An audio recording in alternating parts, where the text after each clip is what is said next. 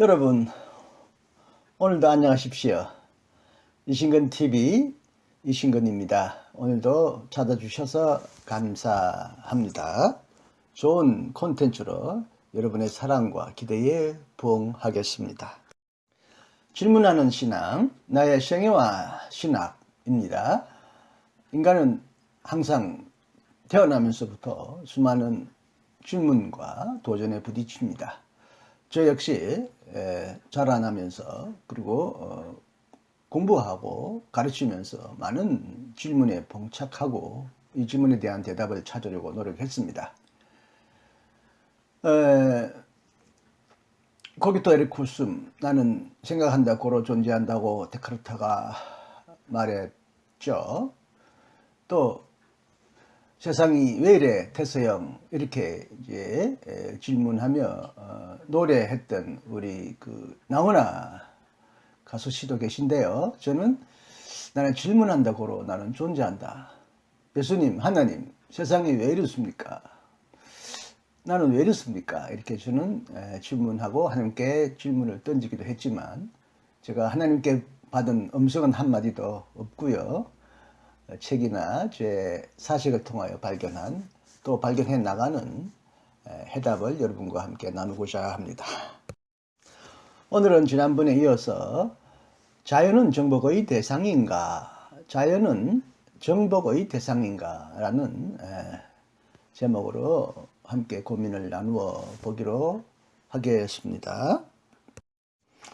어린 시절에 내가 바라본 자연은 두려움보다는 오히려 경외감을 더 크게, 더 풍성히 안겨주는 놀라운 대상이었습니다. 하늘 높이 머리를 지어 날아가는 기러기 떼와 캄캄한 어두운 밤하늘을 총명하게 밝게 수놓고 있는 수많은 별들과 신비하게, 신기하게 하늘 위를 장식하는 놀라운 은하수의 모습을 아주 경이롭게 바라보고 놀라고 아주 궁금해했던 어린 시절을 저는 기억합니다. 하늘만이 아니라 땅도 나에게는 참으로 놀라움의 대상이었습니다. 그야말로 땅은 작고 기이한, 신기한, 놀라운 곤충들의 활동 무대였습니다. 메뚜기와 개미, 땅강아지를 비롯한 온갖 벌레들은요, 나의 즐거운 친구가 되어주었습니다. 여러분에게도 대부분 그렇겠지만 옛날에 장난감이 별로 없었던 시절에 겨우 종이 딱지나 돌멩이나 구슬치기로 놀았던 그 어린 시절에 주위에서 흔히 볼 수 있는 여러 가지 곤충들, 개구리, 여치, 메뚜기. 여러분 땅강아지 아세요? 땅속에서 막 기어다니다가 나오고요. 또 그게 또 던지면요 막 날아갑니다. 희한합니다. 땅속에서 땅 위로 하늘로 날아가는 그런 신기한 동물이었는데 오늘날은 거의 볼 수 없는 아주 희귀한 곤충이 되었습니다. 이런 많은 곤충들은 나에게 많은 놀이와 즐거움을 주는 동물이었습니다. 제가 살던 동네를 어머님의 품처럼 포근하게 감싸고 있는 부산의 그 수정동에 있는 수정산이 있는데요. 올라가 보면 수정 돌멩이, 맑은 수정이 아주 많다 그래서 붙여진 이름이 수정산입니다. 부산은요, 소뚜껑부 산입니다. 매산.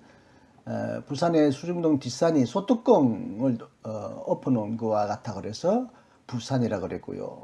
마산은 말과 같이 생겼다고 그래서 말 어느 부위를 말했는지 모르겠습니다. 마산 이런 산이 많았죠. 부산 수정산에 자주자주 올라갔는데요. 그때마다 자연은 신기하고 놀라운 모습으로 시절마다 변화된 모습으로 나를 반겨다 주었습니다. 특히 봄마다 화려하게 피어나는 참꽃, 철쭉과 종류죠. 참꽃. 이것을 막 온통 화려하게 피어있는 참꽃을 바라보면 너무 즐거워 뛰놀고요. 하늘함, 이 참꽃을 따다 안고 흥겨운 노래를 부르며 산 아래로 내려왔던 기억이 아직도 생생하게 남아 있습니다. 그러나 이제 중학교에 들어간 후부터는 공부에 열중해야 했기 때문에 자연과는 조금씩 멀어지기 시작했습니다. 학교와 또 교회, 사람을 이제 점점 더 가까이 하면서부터 자연은 이제 가끔 소풍을 가거나 교회에서 야외 예배나 혹은 수련회 장소로 가는 곳마다 찾아가는 그런 곳이 되었습니다. 그래도 산과 들과 바다와 각이 있는 부산은 자연의 혜택을 정말 풍성히 누릴 수 있는 은혜로운 마을이었습니다. 그래서인지 척박하고 가난했던 그런 환경 속에서 자라난 나도 왠지 마음만은 행복하고 즐거웠던 것 같습니다. 이 모든 것이 자연이 주는 그 행복, 즐거움 덕택이 아니었나 그렇게 되돌아보게 됩니다.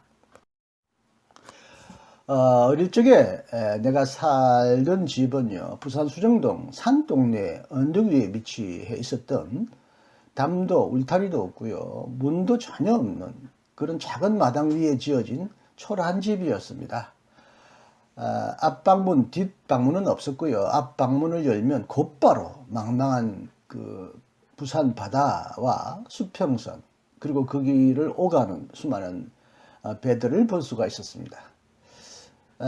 나의 성격이 어릴 때부터 비교적 내성적이고 조용한 성격이었고 혼자서 책 읽고 놀이하는 것을 또 즐겨했던 성격임에도 불구하고 사회성과 개방성이 날로 커져간 것도 이처럼 다채롭고 다양한 자연 환경이 주는 그런 영향이 아니었을까 그렇게 스스로 진단해 봅니다. 자연은요, 내게 단지 의식주의 재료만이 아니라 놀이와 행복과 기쁨을 아무런 대가도 받지 않고 기꺼이 내어주는 자유로운 어머니의 품과 같았습니다. 자연은 단지 내가 바라보고 이용하는 대상일 뿐만 아니라 나를 키워주고 포근히 품어주는 존재였고 나와 한 몸과 같았습니다. 그러나 이제 과학과 기술의 놀라운 문명, 놀라운 발전에 매혹되고 그것도 그런 과목을 배우면서부터 나도 이제 자연을 이제는 하나의 대상으로 멀리 바라보기 시작했고 자연이 나의 삶과 얼마나 밀접히 연결되어 있는지, 결부되어 있는지를 서서히 망각하기 시작했던 것 같습니다. 그리하여 자연은 나의 생활만이 아니라 나의 생각과도 점점 분리되어 갔고요. 어느덧 자연은 하나의 완전한 타자, 객체, 아니 이방인과 같은 그런 먼 무심한 실체로 변해갔던 것 같습니다. 그러다가요, 인간이 환경만이 아니라 생명마저도 처참하게 파괴하고 있다는 사실을 점점점 생생하게 깨닫고요. 자연을 나의 생각과 사고와 신학의 주제와 대상으로 삼기 시작했던 그런 때가 있었는데 그것은 무엇보다도 독일 튜빙엔에서 공부하고 있던 시절 1983년부터 87년 12월까지였는데요. 1986년 4월 28일에 소비에트 연방 우크라이나에 있던 체르노빌 원자력 발전소가 폭발하지 않았습니까? 아무도 예상하지 못했던 이 원전 사고는요, 엄청난 충격을 가져다 주었습니다. 한국은 비교적 멀리 떨어져 있어서 유럽에 있는 사람들에게보다는 덜 충격을 받았는지는 몰라도 수많은 유럽 사람들이 놀랐고요. 아주 경악했습니다. 나중에 알려졌지만 셀 수 없는 많은 사람들이 죽었고 병들어갔고요. 수많은 시민들과 가축들도 정든 땅을 떠나야 했습니다. 방사능은 유럽 전역에도 엄청난 피해를 입혔습니다. 우유, 그 해 생산된 우유는 다 버리고 굉장히 이제 음식도 가려 먹어야 했고요. 살아있는 사람들도 심리적 공황 상태에 빠져서 혼돈에 빠졌던 기억을 저는 하고 있습니다. 독일 유학을 마치고 귀국한 지 약 3년이 지난 1991년 3월 낙동강에 치명적인 독극물 페놀이 유출되는 사건이 일어났습니다. 인간의 무한한 탐욕으로 인해 환경은 점점 더 심각하게 파괴되어 갔으며 지구의 온난화로 인해 기상이변과 자연재해가 지금도 속출하고 있습니다. 자연은 파괴를 넘어 이제는 교란 단계로 접어든 것처럼 보입니다. 이제는 자연만이 아니라 인간, 특히 연약한 생명체들이 가장 큰 고통을 겪게 되었습니다. 이러한 위기 속에서 자연이 문명에 의하여 처참하게 파괴되고 인간의 생명을 공격한다는 이런 생생한 경험 속에서 나의 생각도 이제는 내 개인의 운명이나 역사의 미래나 역사의 목적을 넘어서 이제는 자연의 문제, 자연이라는 큰 패러다임으로 나의 의식이 확장되기 시작했습니다. 이제 나의 사고를, 나의 삶을 흔들어 놓기 시작한 것은 내가 죽어야 하구나, 병들고 나는 허망하게 살아가는 무상한 존재인가라고 하는 실존적 위기나 역사의 혼돈, 역사적인 여러 가지 사건만이 아니라 생명 공동체의 거대한 위기였습니다. 여기서 나는 또다시 질문하게 되었습니다. 그리스도인은 오직 내세의 구원을 추구하는 존재인가? 결국 이 세상은 뭐 망하든 장차 망할 성처럼 결국 파괴되고 사라질 존재이고 우리는 결국 내세에 구원받는 존재가 아닌가? 잠시 머물다가는 이 세상이 조금 어지러워지고 심각해진다 하더라도 이것은 결국 우리가 떠나야 될 공간이 아닌가? 그리고 이 땅에 사는 동안도 인간은 자연을 철저히 이용하고 정복하는 과정에서 자연을 하나의 정복의 대상으로 생각하고 자연을 착취하고 고갈해도 상관이 없고 오직 인간의 행복만을 위하여 인간은 이 땅에서 살아야 하고 그리스도인들도 그렇게 살아야 하느냐? 신학적으로 이제 조금 더 깊이 생각하면 창조 세계, 하나님이 창조하신 이 창조 세계는 하나님의 구원 활동과 무관한 것인가? 창조는 구원과 무관한 하나의 구원을 위한 하나의 배경이고 우리가 떠나야 될, 잠시 머물러야 될 그런 하숙집과 같은 것인가? 오늘 여기서 우리가 구체적으로 경험하고 그리고 선포해야 할 구원이란 무엇일까? 또 이런저런 고민들이 저를 사로잡기 시작했습니다. 나에게 지금까지 자연에 대한 깊은 관심과 사랑은 두 가지 방향으로부터 일어났습니다. 하나는 하나님의 창조 세계에 대한 깊은 신학적 성찰이었습니다. 자연에 대하여 혹은 자연신학에 대하여 거의 무지하고 무관심했던 나에게 새로운 신학적 통찰을 제공한 것도 이번에는 몰트만이 쓴 책이었습니다. 희망의 신학을 통해 역사의 위기와 절망에 대해 책임적으로 응답했던 몰트만은 창조세계 안에 계신 하나님을 통해 생태계의 위기, 창조세계의 위기에 대하여 또한 책임적으로 응답했습니다. 이 책에서 몰트만은 미래로부터 다가오시는 희망의 하나님, 미래로부터 다가오시는 희망의 하나님만이 아니라 이미 성령을 통해 자신의 피조물 안에서 현존하시면서 피조물을 새롭게 하기 위하여 다가오시는 하나님, 현존하시면서도 또한 이 세계를 새롭게 하시고 그리고 이 세계를 자신의 안식처, 자신의 고향으로 만들기 위하여 다가오시는 살아계신 하나님, 창조주 하나님임을 몰트만은 그의 책에서 아주 힘차게 아주 자세하게 설명해 주고 있습니다. 특히 이 책을 통해 나는 그동안 자연에 대해 지녔던 편견과 오만을 과감히 깨뜨릴 수 있었습니다. 자연은 정복과 지배의 대상이 아니구나. 인간이 창조주 하나님의 피조물로서 책임적으로 관리해야 하고 공존해야 할 존재이구나 하는 사실을 배웠습니다.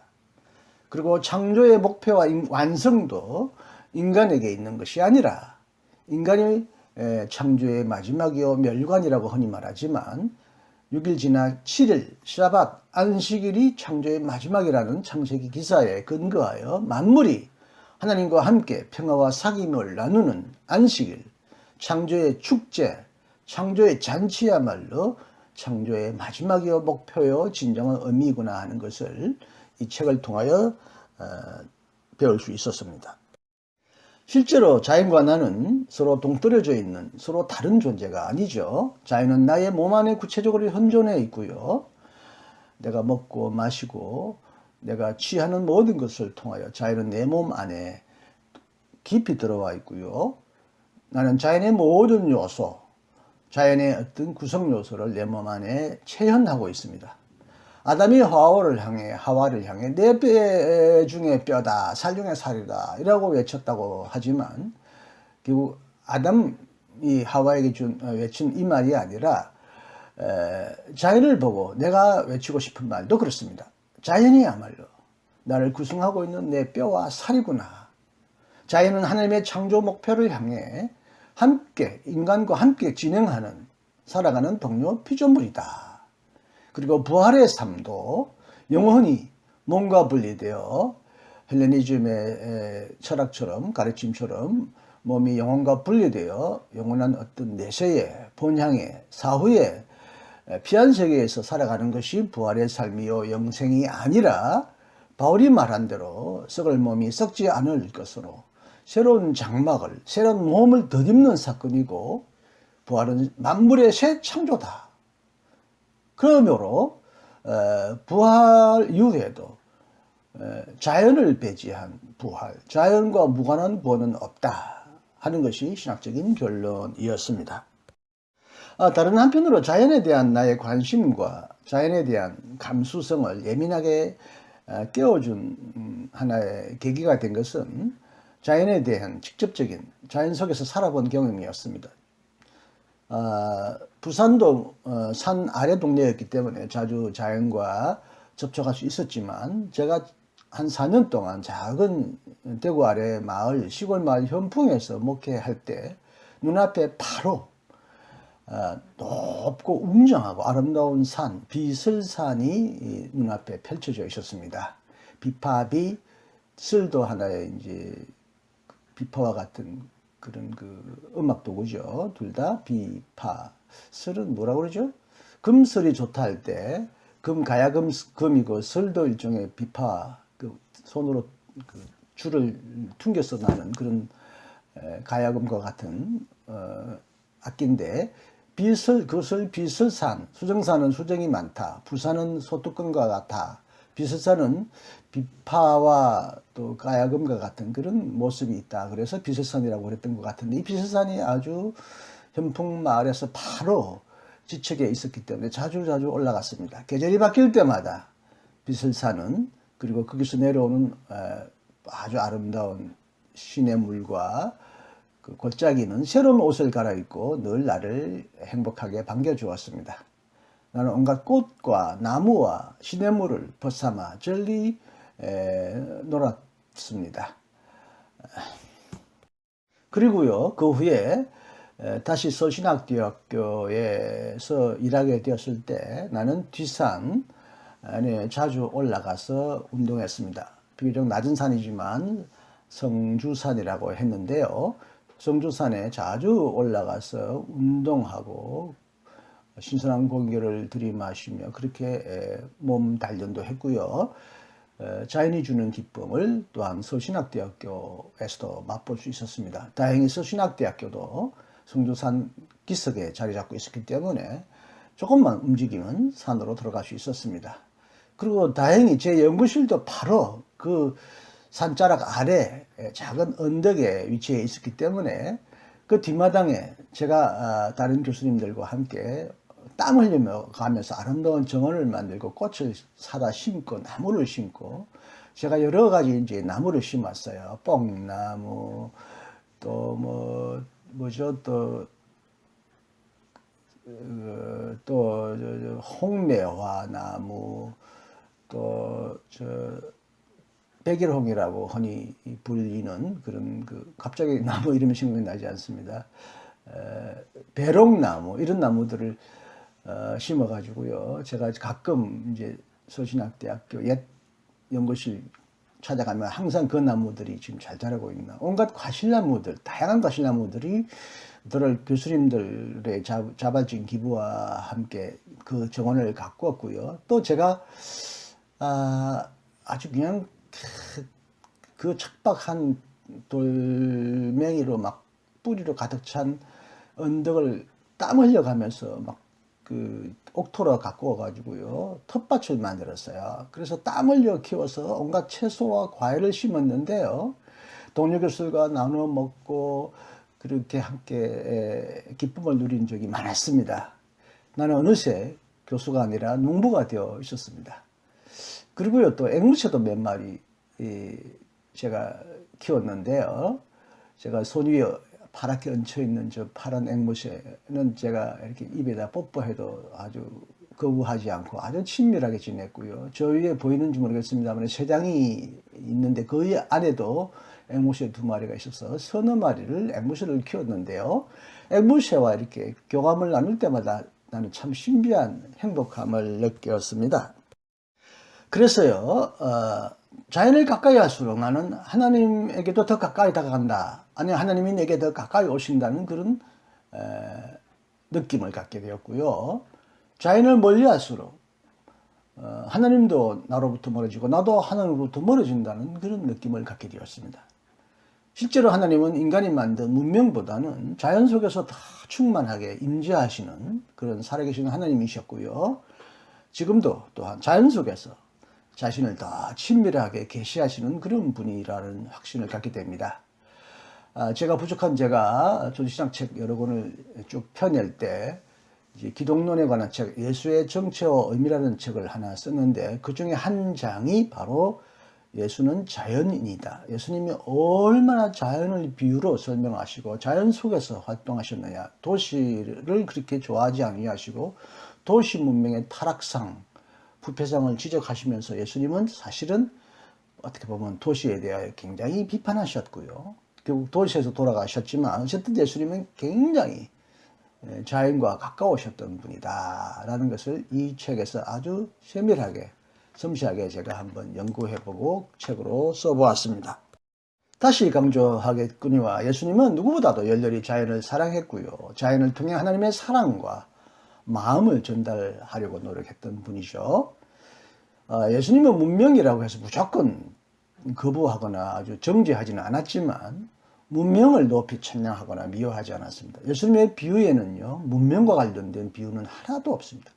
바울은 가끔 뭐 달리기 한다, 운동, 권투 이런 걸 가지고 복음을 설명했지만 예수님은 이런 스포츠나 인간이 만든 이런 것 가지고도 하나님을 표현하지 않았습니다. 예수님의 비유나 말씀에 보면 온통 자연에 관한 얘기로 넘쳐납니다.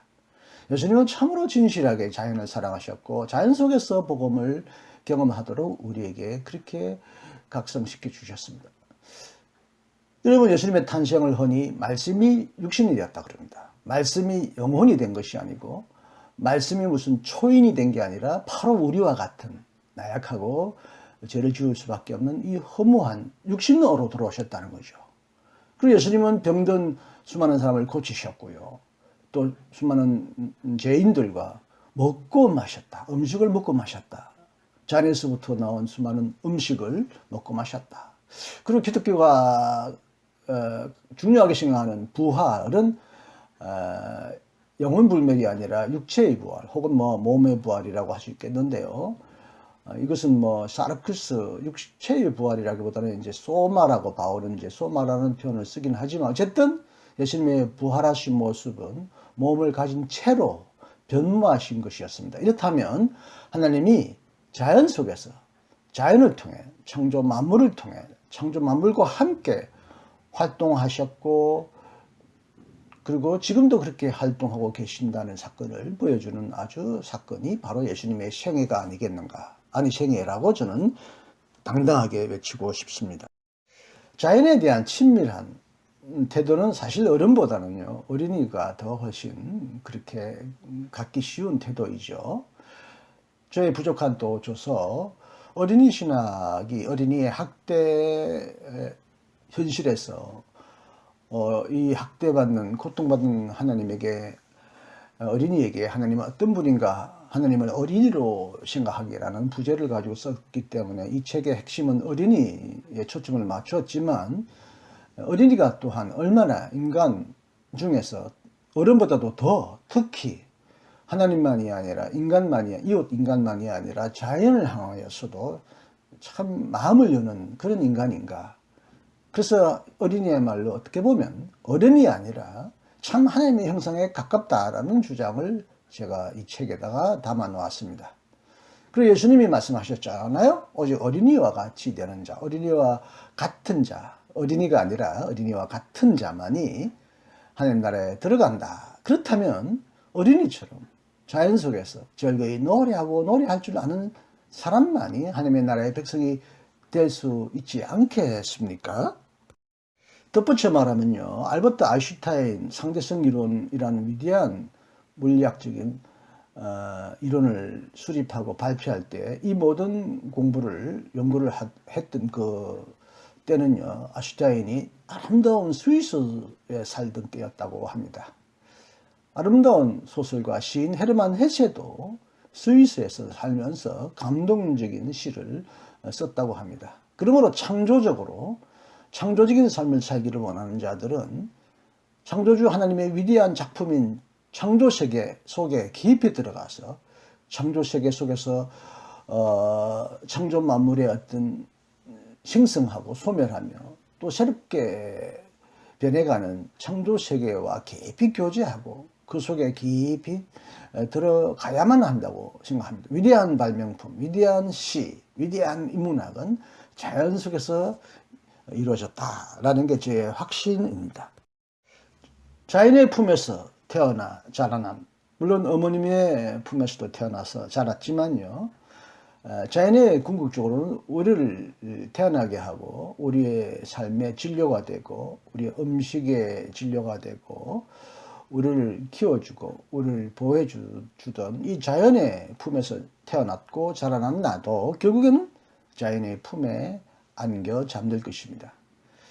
그리고 하나님이 나를 죽음의 잠에서 깨우실 때 나는 자연의 진료로부터 새롭게 만들어진, 그러나 썩지 않고 영원히 낡아지지 않을 새로운 부활의 몸을 입게 될 것이라고 소망합니다. 만약 하나님 나라에 이처럼 자연이 완전히 사라지고 인간만이 하나님 나라 안에서 그냥 존재한다면 참 그곳은 삭막하고 지루한 곳이 될 것이다. 아름다운 꽃과 사랑스러운 동물, 식물, 동물들이 없다면 인간은 얼마나 삭막할까. 뭐 그런 상상을 해보는데요. 이사야의 그 예언에 보면요.